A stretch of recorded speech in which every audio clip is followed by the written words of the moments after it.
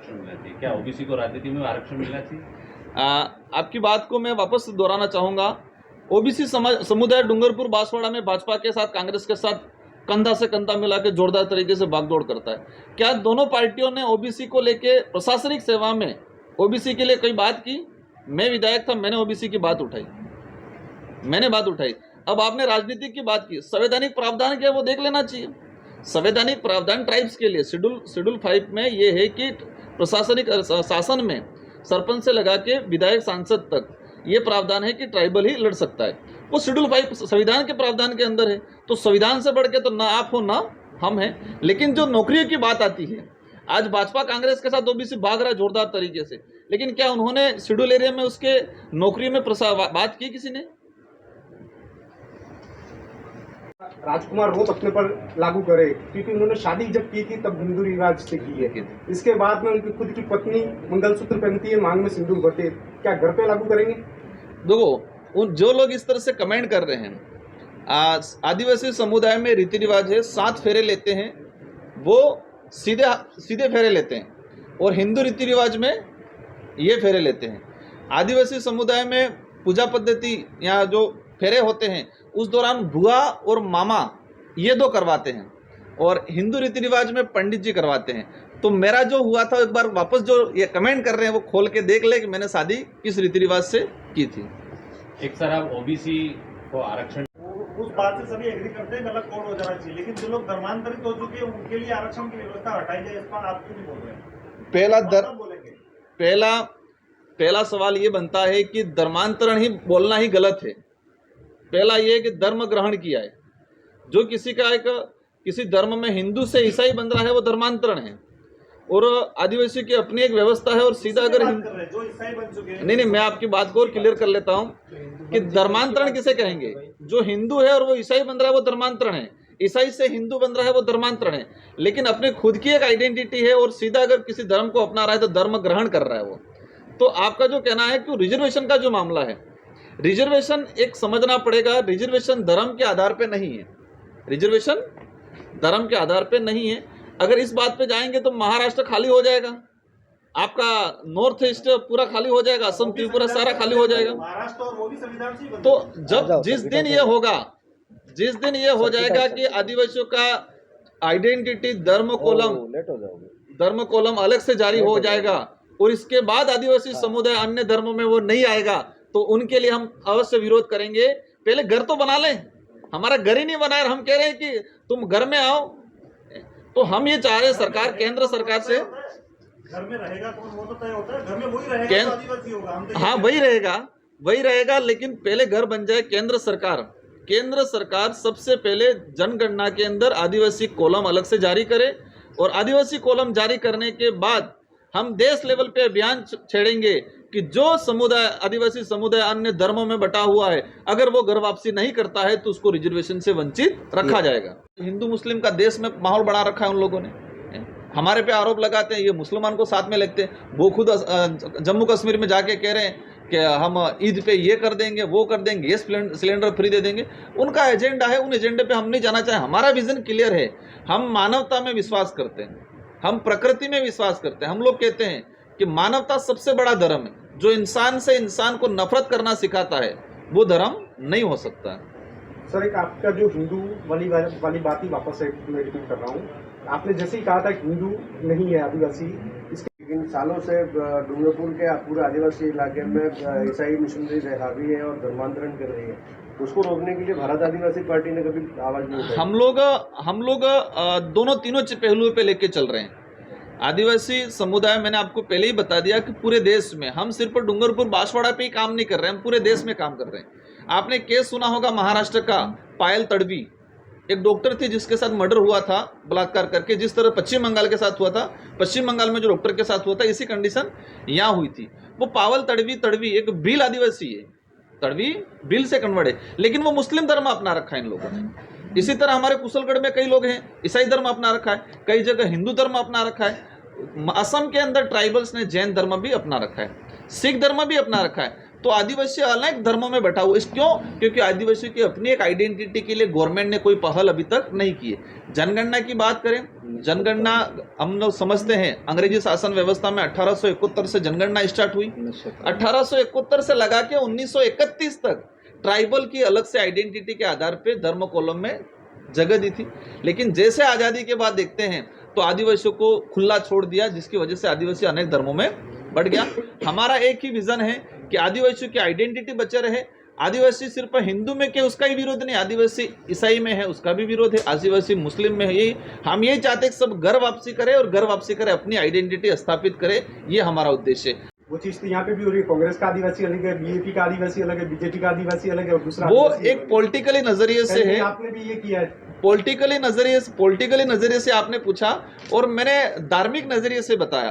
Political एक विचारधारा है, विचारधारा की लड़ाई हो, वो विचारधारा देखो, विचारधारा से लड़ना और हथियार से लड़ना अंतर है। धर्म में जाने के बाद आदमी हथियार से लड़ रहा है और राजनीतिक में जाने के बाद विचारधारा से लड़ रहा है। विचारधारा के आधार पे संगठन बनता है, संगठन की आत्मा होती है विचारधारा, और इस विचारधारा के आधार पे आज अपने भी विचार मेल नहीं खाते, विचारधारा पे आधार पे हम डिबेट करेंगे। लेकिन धर्म में जाने के बाद वो हथियार से एक दूसरे की नस्ल, उस एक दूसरे के धर्म के खिलाफ इतना जहर बोला जा रहा है। आज मणिपुर सबसे बड़ा उदाहरण है। आज इंसान को मार के खा रहे हैं। ये मणिपुर में स्थिति बनाई है, किसने बनाई है? इन लोगों ने ही बनाई है। तो हम चाहते हैं कि धर्म के नाम से आदिवासियों को बांट के उनको लड़ाने का काम बंद करें। यहाँ पे भी वही परिस्थिति, मैं वही उसी पे आ रहा हूँ कि विचारधारा के आधार पे लड़ना और हथियार के आधार पे लड़ना डिफरेंस है। वो हथियार के आधार पे लड़ा रहे धर्म में जाके, यहाँ विचारधारा, ये पॉलिटिकली विचारधारा अलग चीज है। क्योंकि कांग्रेस और बीजेपी भी यही कह रहे हम भी आदिवासी हैं। तो उनको तो पता चला है, पहले तो बोलते ही नहीं थे आदिवासी पे, अब पिछले 5 सालों से ये कह रहे हैं। अच्छी बात है, आप स्वीकार कर रहे हो। मन्नालाल जी स्वीकार भी नहीं कर रहे हैं। मन्नालाल जी आदिवासी बोलने के लिए तैयार नहीं थे, वनवासी बोल रहे थे, अब धीरे धीरे जनजाति पे आए हैं। और मन्नालाल जी की तो बात करें तो वो रावत तो एसटी की जो 1985 का जो अधिसूचना है उसमें रावत का तो है ही नहीं। वो खुद अब कह रहे हैं हम रावत को आदिवासी काउंट किया जाए, एसटी में काउंट किया जाए। कई लोग ऐसे नहीं है। तो वो तो अदर जुल्म में है। वो उनका एजेंडा ओनली फॉर राजनीति करना है। हमारा एजेंडा सर्वांगीण विकास करना है। इस समाज को और इस क्षेत्र में रहने वाले अन्य लोगों को साथ में लेके मानवता में विश्वास करते हुए आगे बढ़ना और इस क्षेत्र का विकास करना हमारा उद्देश्य है। इससे जुड़े हुए इश्यू को खत्म करने का काम कर रही है। आप एनसीईआरटी की 12वीं क्लास की सामाजिक विज्ञान की किताब थी, उस सामाजिक विज्ञान की किताब में बिरसा मुंडा की जीवनी लिखी थी और बिरसा मुंडा के उद्देश्य लिखे थे। तो उस एनसीईआरटी में लगभग बता रहे हैं 25-30 सालों से चला आ रहा था कि बिरसा मुंडा की जीवनी लिखी थी और बिरसा मुंडा ने कहा था कि आदिवासी समुदाय की पूजा पद्धति अलग है, न वो हिंदू है, हिंदू से मेल खाती है, न ईसाई से मेल खाती है। उस पाठ्यक्रम में था, एनसीईआरटी की किताब में। यहाँ मन्नालाल जी छड़ रहे हैं यहाँ राजस्थान के पाठ्यक्रम को छेड़ने के लिए। अब एनसीईआरटी की बात कर लें, हम एनसीईआरटी की बात कर लेते। तो एनसीईआरटी में ये था, लेकिन अभी वर्तमान सरकार ने 2024 का जो पाठ्यक्रम आया उस पाठ्यक्रम में एनसीईआरटी के इस पार्ट को हटा दिया। उस पार्ट को क्या लिखा कि बिरसा मुंडा की जीवनी लिख दी। बिरसा मुंडा चाहते थे कि आदिवासी समुदाय ईसाई धर्म से दूर रहे। पहले में क्या था, 2023 तक जो चला रहा था उसमें यह था कि आदिवासी समुदाय न हिंदू है न ईसाई है। ये बिरसा मुंडा के उपदेश थे। तो जिस तरह से कुरेद के भाजपा के लोग आदिवासी के इतिहास, आइडेंटिटी को खत्म करने का काम कर रहे हैं, वो जबरदस्ती किसी धर्म को, हम लोग देख रहे हैं, हम किसी धर्म के विरोधी नहीं है, लेकिन जिस तरह से धर्म के नाम से नफरत फैलाई जा रही है। आज मणिपुर में क्या हो रहा है, धर्म के नाम से नफरत फैला रहे हैं ये लोग। धीरे धीरे आदिवासियों से लड़ाने की एक पॉलिसी है इन लोगों की, ताकि उनकी राजनीतिक रोटियां सेकें। हम किसी भी धर्म या किसी के समाज के विरोध में नहीं है, लेकिन ये जरूर है कि आदिवासियों की अपनी खुद की आइडेंटिटी बने और धर्म कॉलम उनका जनगणना में आए। चुनावों में अगर आना है तो वास्तविक आपकी गलतियां जो है उसको स्वीकार करे, और जिस तरह से डिपार्टमेंट में डूंगरपुर जिले, बांसवाड़ा जिलों में जो भ्रष्टाचार हो रहा है उसको रोके और गलती स्वीकार करके आए तो जनता कहीं न कहीं थोड़ा बहुत स्वीकार करेगी। बाकी बहुत बुरी तरह से ये लोग हारने वाले हैं कि वो जब आचार संहिता लगेगी इसके बाद ही इसकी घोषणा की जाएगी। गठबंधन में रहेगी 100% लगभग अभी तक की जो सिचुएशन है। हालांकि हमारी कोर कमेटी और राष्ट्रीय कार्यकारिणी तय करेगी, लेकिन संभवत है कि वो मतलब हम लोग स्वतंत्र ही चुनाव लड़ेंगे दोनों जगह। हाँ सर, आपका बयान हमेशा आता रहता है कि आदिवासी हिंदू नहीं है, बिल्कुल, उसको लेकर क्या कहेंगे? चलो ये अच्छी बात आपने छेड़ना जरूरी है, सच्चाई जानना जरूरी है। आज ऐतिहासिक पृष्ठभूमि से अगर देखा जाए तो आदिवासी समुदाय की पूजा पद्धति रीति रिवाज बिल्कुल अलग है। वो किसी भी धर्म में मेल नहीं खाती है, भले वो हिंदू हो, ईसाई हो, मुस्लिम हो, सिख हो, किसी धर्म में मेल नहीं खाती है। लेकिन आदिवासी समुदाय आस्था जरूर रखता आ रहा है, आज भी रखता है। जैसे कि जैन समुदाय के अपने अलग धर्म कोड है, उनकी जनगणना होती है, जैनों की अलग होती है। लेकिन जैन समुदाय कहीं न कहीं हिंदू देवी देवताओं के मंदिरों में या जाता है। एक आस्था अलग चीज है। तो हम हमारी आइडेंटिटी जो वास्तविक ऐतिहासिक पृष्ठभूमि पे संवैधानिक दृष्टिकोण से देखा जाए तो आदिवासी हिंदू धर्म में नहीं आता है, न ईसाई आता है, न मुस्लिम। लेकिन देश लेवल पे हमने जो फेस किया कि आदिवासी समुदाय महाराष्ट्र के अंदर देखा जाए तो मुस्लिम बना हुआ है, कई जगह ईसाई बना हुआ है, कई जगह जैन भी बना हुआ है, कई जगह हिंदू भी बना हुआ है। तो उसकी वजह से आदिवासी समुदाय की जो आइडेंटिटी है वो खत्म हो रही है। तो हम लोग चाहते हैं कि सरकार आदिवासियों का अगर हित चाहती है तो सबसे पहले आदिवासियों की आइडेंटिटी का संरक्षण करने का काम करें। तो आदिवासियों का अलग से धर्म कॉलम जनगणना में जारी करे, ये लंबे समय से डिमांड चल रही है। लेकिन वर्तमान जो भाजपा की सरकार है उनको लगता है कि धर्म के नाम से सिर्फ आदिवासियों को बांध के राजनीतिक लाभ लेना है। हम किसी धर्म का विरोधी नहीं है। हम ये कह रहे हैं कि आदिवासी हिंदू है, ईसाई नहीं, इसका मतलब हम हिंदू या ईसाई के विरोधी नहीं है। लेकिन वास्तविकता ये है कि आदिवासी की अपनी आइडेंटिटी है। मैं उन्हीं मंत्री जी पे चला जाता हूँ, आपने याद दिला दिया, बाबूलाल जी। अगर हिंदू विवाह अधिनियम लागू होता तो बाबूलाल जी का फॉर्म पास नहीं होता, वो विधायक नहीं बन पाते। उनके नॉमिनेशन में उन्होंने लिखा है क्योंकि इनकी 2 पत्नियां हैं और हिंदू विवाह अधिनियम में 2 पत्नियां, जो हिंदू विवाह अधिनियम जिस पे लागू होता है वो 2 पत्नियां रिकॉर्डली नहीं रख सकता है। अगर रखता है तो उस पर कानूनी कार्रवाई होती है। प्रावधान है हिंदू विवाह अधिनियम छूट का भी प्रावधान है। कैसे? आदिवासियों को छूट का प्रावधान भी दिया हुआ है, उसी एक्ट में है। नहीं, उसी एक्ट में इसमें उस एक्ट में स्पष्ट लग रखा है कि इसको आदिवासी समुदाय को सेपरेट रखा जाएगा। हिंदू में नहीं माना गया है ना, उस एक्ट में नहीं माना गया। मैंने जहां तक पढ़ा ये है कि आदिवासी समुदाय को हिंदू विवाह अधिनियम लागू नहीं होगा, उस पर छूट रहेगी, ये स्पष्ट लिख रखा है। लेकिन ये नहीं लिखा है कि ये आदिवासी समुदाय, उस एक्ट में कहीं नहीं लिख रखा है कि आदिवासी समुदाय हिंदू है, ये नहीं लिख रखा है। आपने जो बात को छेड़ ही दिया है। भाजपा जिस तरह से जो पाठ्यक्रम है उस पाठ्यक्रम का इशू चल रहा है। पिछले 5 सालों में जितने विद्यालय क्रमोन्नत हुए, 8वीं से 10वीं बनाया, 10वीं से 12वीं बना, उस विद्यालय में क्लास शुरू हुआ, एडमिशन जरूर हुआ, लेकिन वो पद, टीचर का पद, सेकंड ग्रेड टीचर और व्याख्याता का पद आज तक क्रिएट नहीं किया गया है। अभी सरकार ने पिछला 10 महीने हो गए, 10 महीने होने आ गए, उन पदों का क्रिएट नहीं हुआ है। डूंगरपुर जिले में ऐसे कई विद्यालय हैं और मेरी जानकारी में 100 से 150 सेकंड ग्रेड और व्याख्याता के पद हैं जो गवर्नमेंट क्रिएट नहीं कर रही है। क्रिएट नहीं करने के पीछे मूल रीजन क्या है? क्योंकि पद रिक्त बताएगा, जैसे क्रिएट करेंगे तो पद रिक्त बताएगा। तो गवर्नमेंट नहीं चाहती है कि हमारी पोल खुले, इसलिए जो मतलब क्रमोन्नत जो विद्यालय थे उन विद्यालयों में पद क्रिएट करने का वर्तमान गवर्नमेंट में कोई काम नहीं किया। ग्रामीण परिवेश कहीं न कहीं रोजगार नरेगा पे डिपेंड रहता है। हर परिवार, कहीं न कहीं जो गरीब परिवार है वो रोजगार गारंटी में निर्भर रहता है।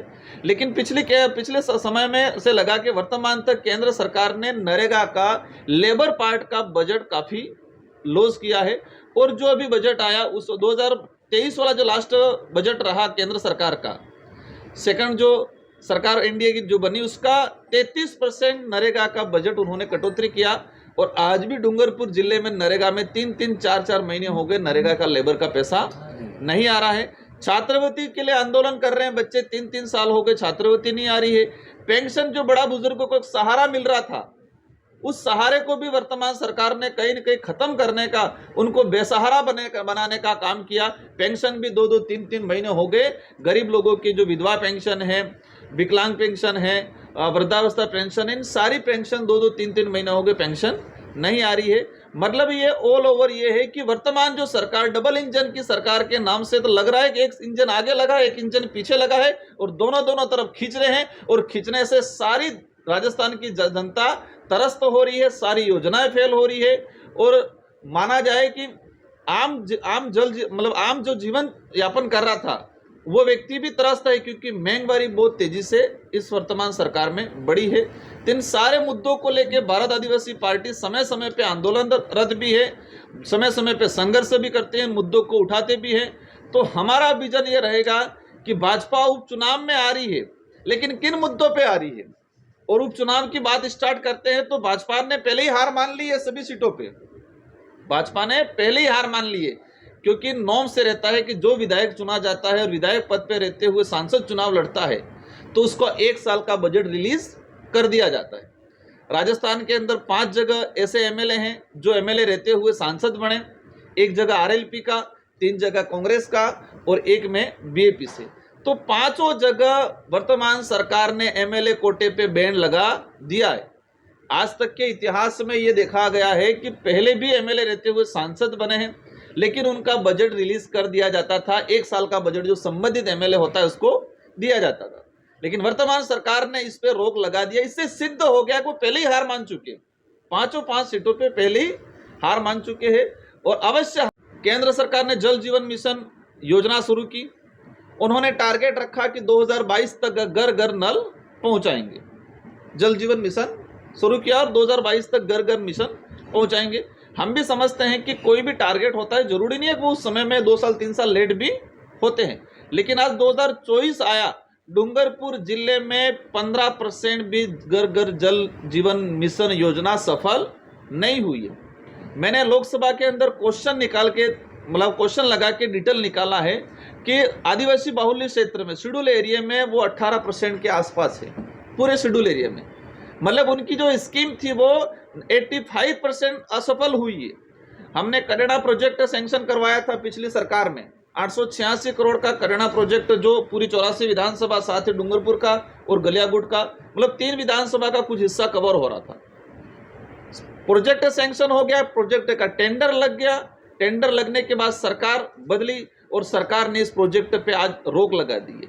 एक तरफ कह रही है घर घर जल जीवन मिशन पहुंचाएंगे, अभी दोबारा टेंडर लगा, टेंडर ओपन नहीं कर रही है गवर्नमेंट। मतलब ये क्लियर है कि ये लोग कहीं न कहीं सिर्फ धर्म की राजनीति पे, विकास का सिर्फ छोला पहनते हैं। और विकास में जो काम मैंने प्रोजेक्ट सैंक्शन करवाया करेड़ा का पूर्व मुख्यमंत्री जी से, सब कुछ हो गया है, लेकिन ये टेंडर ओपन अभी रीटेंडर जो लगा है उसको ओपन करके वर्क ऑर्डर देने का काम नहीं कर रहे हैं। और अभी 84 में उपचुनाव के लिए आ रहे हैं। 84 की जनता तैयार है कि राजकुमार रोत ने, पूर्व सरकार ने जो प्रोजेक्ट सैंक्शन करवाया था उस प्रोजेक्ट को बीजेपी ने रोक लगाया है, तो बीजेपी पे भी यहाँ पे रोक लगेगी। और जितने वोट से पीछे 2023 में हारे थे उससे ज्यादा संख्या से और हारेंगे, लेकिन उनको पता नहीं है, उनको लगता है कि हम धर्म की राजनीति के नाम से चुनाव जीत जाएंगे।